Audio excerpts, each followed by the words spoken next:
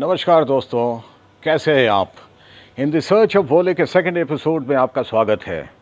तो जैसा कि मैं आपको पिछले एपिसोड में बता रहा था कि मैंने कैसे अपने कांवड़ यात्रा की शुरुआत की और शुरुआत मेरी काफ़ी अजीबोगरीब हुई क्योंकि मैं नई दिल्ली रेलवे स्टेशन से हरिद्वार के लिए मैंने गलत जनशताब्दी एक्सप्रेस पकड़ ली।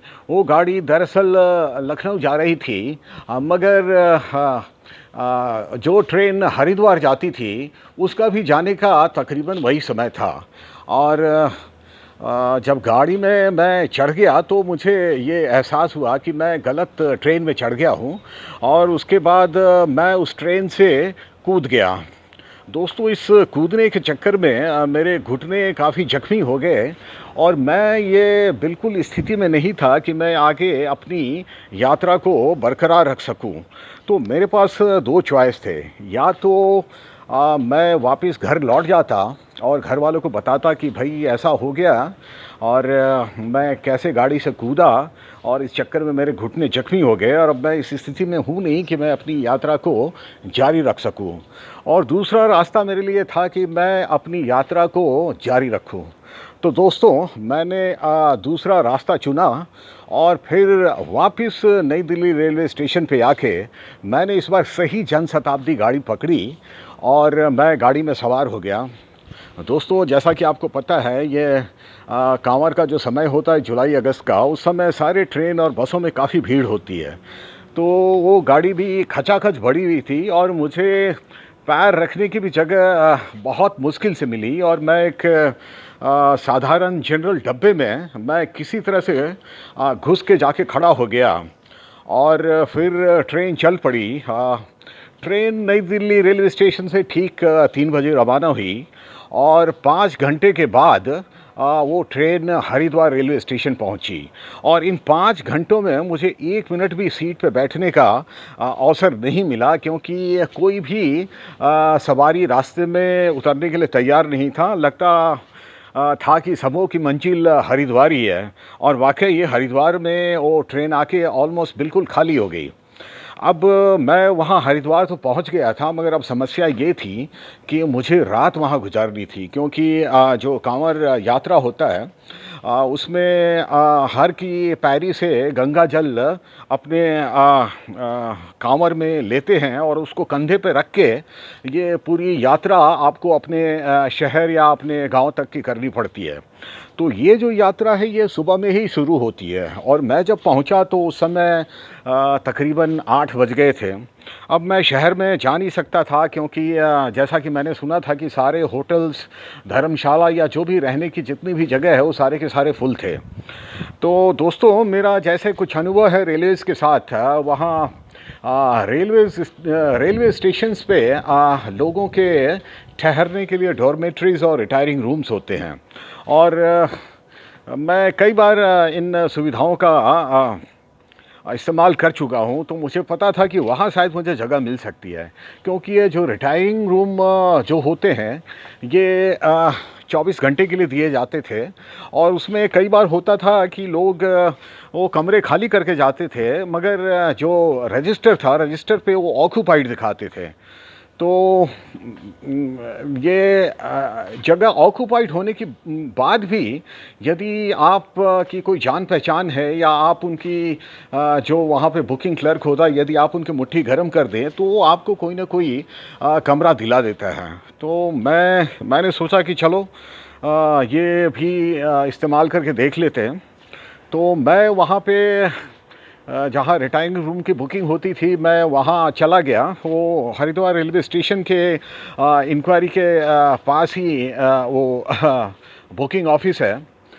मैं जब वहाँ पहुँचा तो देखा कि वहाँ काफ़ी भीड़ थी और एक महिला कर्मचारी थी जो वहाँ पे रिटायरिंग रूम अलॉट करने की इंचार्ज थी। तो मैंने देखा कि वो महिला वहाँ पे कम से कम 100-200 लोगों से घिरी हुई है और बहुत परेशान थी।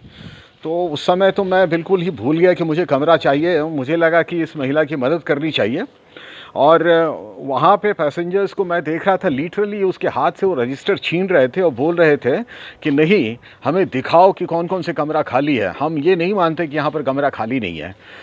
तो फिर दोस्तों मैं वहाँ जाके खड़ा हो गया और मैंने कहा कि खबरदार, जो इसने किसी ने भी इस महिला को तंग किया, यदि ये बोल रही हैं कि यहाँ पर कमरे खाली नहीं है तो नहीं है। और अचानक मेरे मुंह से अंग्रेजी में कुछ शब्द निकल गया और मैंने कहा, mind your business, don't touch this lady. और उसके बाद दोस्तों क्या हुआ कि वो भीड़ वहाँ से सिमटने लगी। और उस औरत ने भी मुझे देखा और पूछा कि क्या आप रेलवे के कोई ऑफिसर हैं? तो मैंने कुछ नहीं कहा, मगर मेरे ऐसा करने के बाद वहाँ की भीड़ छँटने लगी और वो लोग वहाँ से चले गए। तो उसके बाद मैं वहाँ पे बैठ गया। थोड़ी देर के बाद वो उस लेडी ने कहा कि यदि आप रेलवे के ऑफिसर नहीं हैं तो यहाँ क्या कर रहे हैं? तो मैंने कहा कि भाई मेरी बड़ी समस्या है, मैं यहाँ पर कांवड़ यात्रा के लिए आया हूँ और मेरी शुरुआत बड़ी ख़राब हुई और आप देखो मेरे तो घुटने पूरे ख़राब हो चुके हैं, इसमें से खून निकल रहा है और वो खून का दाग वो मेरे पजामे के ऊपर लगा भी हुआ था। तो उसने देखा और उसने काफ़ी अफ़सोस ज़ाहिर किया और बोला कि आप तो बिल्कुल इस स्थिति में नहीं है कि कांवड़ यात्रा कर सकें, और कहाँ जाना है आपको? तो मैंने कहा कि भाई मैं दिल्ली से आया हूँ और मुझे कांवड़ लेके वहीं जाना है। तो उसने कहा ये तो संभव ही नहीं है, आपकी जैसी स्थिति है आपको तो जो डॉक्टर से इलाज करना चाहिए। सो आप यहाँ पर क्या कर रहे हैं? मुझे नहीं लगता है कि आप अपनी यात्रा पूरी कर पाएंगे। मैंने कहा कि देखो ऐसा है कि अब तो मैं सोच के आया हूँ, मुझे ये यात्रा तो करनी ही करनी है, बस मेरी थोड़ी मदद कर दो, मुझे कमरा दिला दो ताकि मैं कम से कम रात में थोड़ा आराम तो कर सकूं, क्योंकि मुझे ये यात्रा कल सुबह शुरू करनी है। तो उसने कहा कि देखिए वैसे तो मैंने सबों को मना कर दिया है, मगर आप एक अच्छे आदमी मालूम पड़ते हैं और भीड़ से भी आपने मेरा बहुत अच्छा बचाव किया, तो मैं उसके लिए बहुत शुक्रगुजार हूँ। मैं देखती हूँ मैं क्या कर सकती हूँ। फिर उन्होंने रजिस्टर को ज़रा थोड़ा ध्यान से देखना शुरू किया और उसके बाद उन्होंने कहा कि ये एक कमरा है, रूम नंबर 24, ये पहली मंजिल पे ये कमरा है। और ये जनाब एक्चुअली वो जाने वाले थे कल सुबह, मगर कुछ काम की वजह से ये आज शाम को ही निकल गए हैं। तो इस कमरे की बुकिंग अब कल ही होगी, क्योंकि कल सुबह तक इनके नाम से बुक है और ये जनाब यहाँ से वो जा चुके हैं। तो यदि आप चाहिए तो वो कमरा आप ले सकते हैं।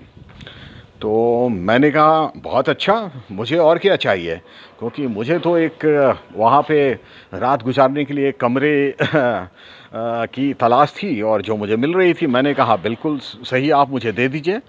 तो उन्होंने कहा कि देखिए ये कमरा तो मैं आपको ऑफिशियली नहीं दे सकती हूँ, क्योंकि ऑलरेडी ये कल सुबह तक के लिए बुक है, मगर आप वहाँ पे जाइए, आप बेशक जाके सो जाइए और सुबह जाने के समय बस मुझे बता दीजिएगा कि आप कमरा खाली कर रहे हैं। उसके बाद जो नया बंदा आएगा उसकी ड्यूटी होगी, वो बुक करेंगे। मैंने कहा चलो ठीक है। तो फिर मैंने पूछा आप क्या लेंगे इसका? तो बोली कि अरे आप तो मेरे भाई जैसे लगते हैं, मैं आपसे क्या लूँगी, कुछ नहीं लूँगी। सो आप जाइए आराम से सो जाइए। लेकिन मुझे लगा कि इन्होंने मेरे लिए इतना कुछ किया है, कुछ मेरा भी फ़र्ज़ बनता है कि मैं कुछ इन्हें पैसे वगैरह दे दूँ। तो दोस्तों उसके बाद मैंने अपने जेब में हाथ डाला और मेरी आश्चर्य की सीमा नहीं रही जब मैंने महसूस किया कि मेरी जेब में मेरा पर्स नहीं है। अब मैं सोचने लगा कि आखिर मेरा पर्स कहाँ गया, क्योंकि मेरे पास सामान के नाम पे सिर्फ़ एक बैग था। वो भी कपड़े का बैग था जिसमें कुछ एक सामान थे, जैसे टूथब्रश, पेस्ट वगैरह, कुछ ड्राई फ्रूट्स वगैरह थे। ऐसी एक किताब थी और कुछ भी नहीं था, और एक ऑफ कोर्स एक मोबाइल फ़ोन था। तो मैंने सोचा आखिर कहाँ गया। फिर मैंने याद करने की कोशिश की। मुझे लगा कि या तो मैं जब ट्रेन से मैं कूदा था तो वहीं शायद वो ट्रैक के पास मेरा पर्स गिर गया होगा, या फिर मैं जब ट्रेन में करीब 5 घंटे खड़े होकर ट्रैवल किया तो लगता है किसी जेब कतरे ने कमाल कर दिया। खैर अब वहाँ सोचने के लिए कुछ बचा नहीं था, क्योंकि मेरे पास पर्स नहीं था। लेकिन ये बड़ी मतलब ये मेरा एक अच्छा सौभाग्य था कि कुछ पैसे मैंने अपने कुर्ते की जेब में रखे हुए थे, तकरीबन 300 साढ़े 300 रुपये होंगे। तो मैंने कहा कि ठीक है, अब तो यहाँ फंसी गया हूँ, क्योंकि मेरे पर्स में पैसे ही नहीं थे, बल्कि मेरे सारे क्रेडिट कार्ड्स वगैरह या दूसरे डॉक्यूमेंट्स वगैरह, पैन कार्ड या आईडी वगैरह सारे थे। तो मेरे पास ना तो मेरी पहचान थी, ना पैसा था और मुझे वो यात्रा पूरी करनी थी। तो दोस्तों मेरे पास ₹350 के करीब थे। तो उसमें से मैंने एक ₹50 का नोट निकाल के उन महिला को दे दिया। मैंने कहा देखिए मैं आपको इतना ही दे सकता हूँ क्योंकि मेरा पर्स कहीं गिर गया है। तो उन्होंने कहा इसकी भी कोई ज़रूरत नहीं। हमने कहा नहीं इसकी ज़रूरत है, प्लीज़ आप रख लीजिए, आप रख लेंगे तो मुझे अच्छा लगेगा। तो दोस्तों मैंने उन महिला को ₹50 दिए और वो मुझे कमरा मिल गया। उसके बाद उन्होंने मुझे चाबी दी और चाबी लेके मैं आया और मैंने कमरा खोला। कमरा ठीक ही ठाक था जैसा कि रेलवे के रिटायरिंग रूम्स होते हैं। तो बिस्तर पे सफ़ेद चादर बिछी हुई थी, एक टेबल था, एक लॉकर था। बस एक साधारण सा कमरा था। तो मैंने सोचा ठीक है, रात गुजारने के लिए बुरा नहीं है। और उसके बाद मैं कमरे में फिर ताला लगा के फिर वापस